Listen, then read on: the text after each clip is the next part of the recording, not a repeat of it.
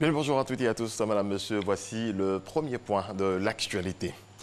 Le vice-président ivoirien Daniel Kablan-Duncan est à Saint-Pétersbourg depuis mardi, Saint-Pétersbourg en Russie. Daniel Kablan-Duncan va représenter le président de la République Alassane Ouattara au Forum économique international de Saint-Pétersbourg qui s'ouvre aujourd'hui. Il va prendre la parole à la faveur d'un panel réussi, panel Russie-Afrique. Plusieurs rencontres avec les acteurs des secteurs publics et privés sont prévues à son agenda, dont des échanges avec les représentants du géant gazier russe Gazprom. Retour sur la 6e édition du Discope qui a pris fin le 31 mai dernier à Abidjan. Ce salon vise la promotion de l'espace audiovisuel et cinématographique d'Afrique subsaharienne à travers des échanges de programmes et de contenus entre acteurs de ce secteur. Marcelin Plat, Serge Collia. Une vingtaine de structures de production de radio et de chaînes de télévision francophones participent à ce marché de l'audiovisuel.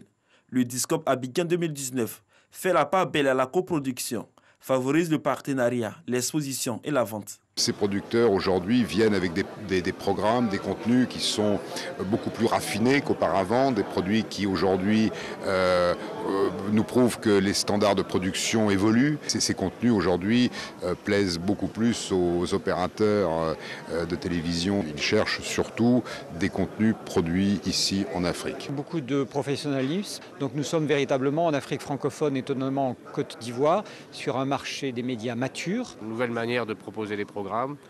Également aussi, on est très attentif au développement de la TNT. Toujours au rendez-vous du Discope, la RTI, Radio-Télévision ivoirienne, est venue présenter son riche catalogue, ainsi que ses offres de coproduction. Le Discope accueille à peu près 400 personnes, plus d'une demi-douzaine de productions en cours pour les antennes de la RTI et également pour nos partenaires acheteurs, pour d'autres chaînes de télévision. Et nous sommes satisfaits, nous renforçons nos liens avec nos partenaires. Le Discope Abidjan a été initié en 2015. Il se veut une plateforme et une tribune d'échange entre les acteurs de l'industrie de l'audiovisuel et du divertissement d'Afrique francophone subsaharienne. L'histoire du christianisme est née en Israël. Chaque année, plusieurs fidèles se rendent dans ce pays pour constater de visu le parcours de Jésus-Christ depuis sa naissance jusqu'à sa mort. Ce séjour leur permet de renforcer leur foi chrétienne. Gabriel Zali s'est rendu en Terre Sainte. Depuis des années, des milliers de chrétiens affluent de tous les coins du monde pour effectuer leur pèlerinage en Israël. Déjà, au premier semestre de 2019, plus de 500 chrétiens ivoiriens, toutes croyances confondues, ont fait le voyage en Israël, dont une centaine vient de fouler le sol de Tel Aviv le lundi 3 juin. Mardi 4 juin, début du périple de 10 jours pour certains qui y viennent pour la première fois, pendant que d'autres sont à plus de 4 pèlerinages. C'est la première fois que j'arrive à Nazareth. Aujourd'hui, je crois que je touche la réalité en faisant cette visite-là. Pour ce pasteur, le pèlerinage en Israël ne doit pas être un rituel. C'est une découverte perpétuelle. C'est comme la Bible que nous avons. Elle n'a pas changé depuis des années, mais nous la lisons tous les jours. Et chaque jour que nous l'approchons, il y a une découverte.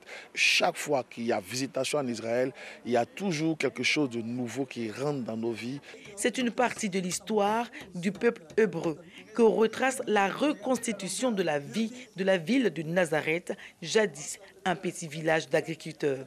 Aujourd'hui, je suis venue pour découvrir et j'ai vu beaucoup de choses qui encore augmentent ma foi. Nazareth, la ville où Jésus a grandi, est la première escale d'une série de lieux symboliques à visiter pour ces pèlerins qui arrivent en fin d'après-midi à Canaan. Ils sont dans l'église des noces de Canaan en Galilée, le lieu du premier miracle de Jésus-Christ, transformation de l'eau en vin. Il était invité à des noces. Nous bénissons Dieu pour ce pèlerinage dont nous avons bénéficié de la part de l'État de Côte d'Ivoire. Nous sommes donc effectivement sur le site même où Jésus a fait le premier miracle. Et sur ce lieu de bénédiction, nous croyons que Dieu restaure tous les couples que nous connaissons en Côte d'Ivoire et même à travers tout le monde entier. Les jarres de vin, les pierres, tout est symbole pour ces pèlerins qui terminent leur première journée de visite au Mont des Précipices. Voilà, c'est ici que prend fin cette première édition. Je vous retrouve à 6h30 pour développer l'actualité africaine.